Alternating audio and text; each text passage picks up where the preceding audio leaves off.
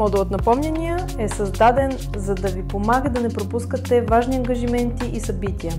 Преди да започнете да създавате напомняния, е добре първо да определите категории, в които да ги организирате.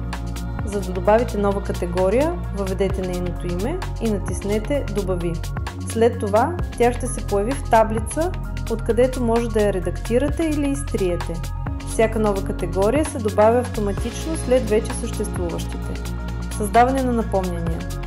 Ако напомнянето е свързано с конкретна дата, посочете я в полето "Дата на събитието". След това въведете име на напомнянето и изберете категория, към която принадлежи.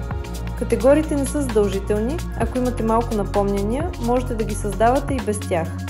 В полето "Допълнителна бележка" може да добавите описание или друга важна информация за напомнянето. Ако то се отнася за конкретни фирми, изберете ги от списъка. Ако е предназначено за всички потребители в групата, маркирайте опцията "Изпращай до всички в групата". Можете също да определите повторяемост, дали напомнянето да се изпраща всеки месец, на 3-месечие или веднъж годишно. Ако не зададете период, то ще бъде изпратено еднократно на избраната дата. Накрая изберете точната дата, на която напомнянето трябва да бъде изпратено.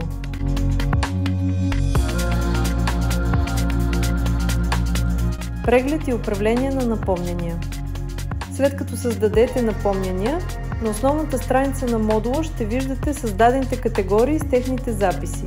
На разположение е и календар, който улеснява достъпа до всички напомняния.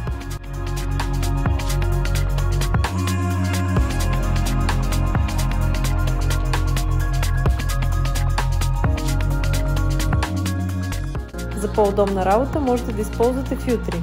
Например, да показвате само напомняния от конкретен тип за определен месец, за дадено събитие или по избрана категория. Разгледайте възможностите на CRM Finance и тествайте платформата напълно безплатно. Тя предлага интуитивен начин за управление на клиентската база, автоматизация на процесите и улеснява ежедневните административни и отчетни дейности. Открийте колко по-лесно може да бъде управлението на бизнеса ви. Посетете crm.finance.bg.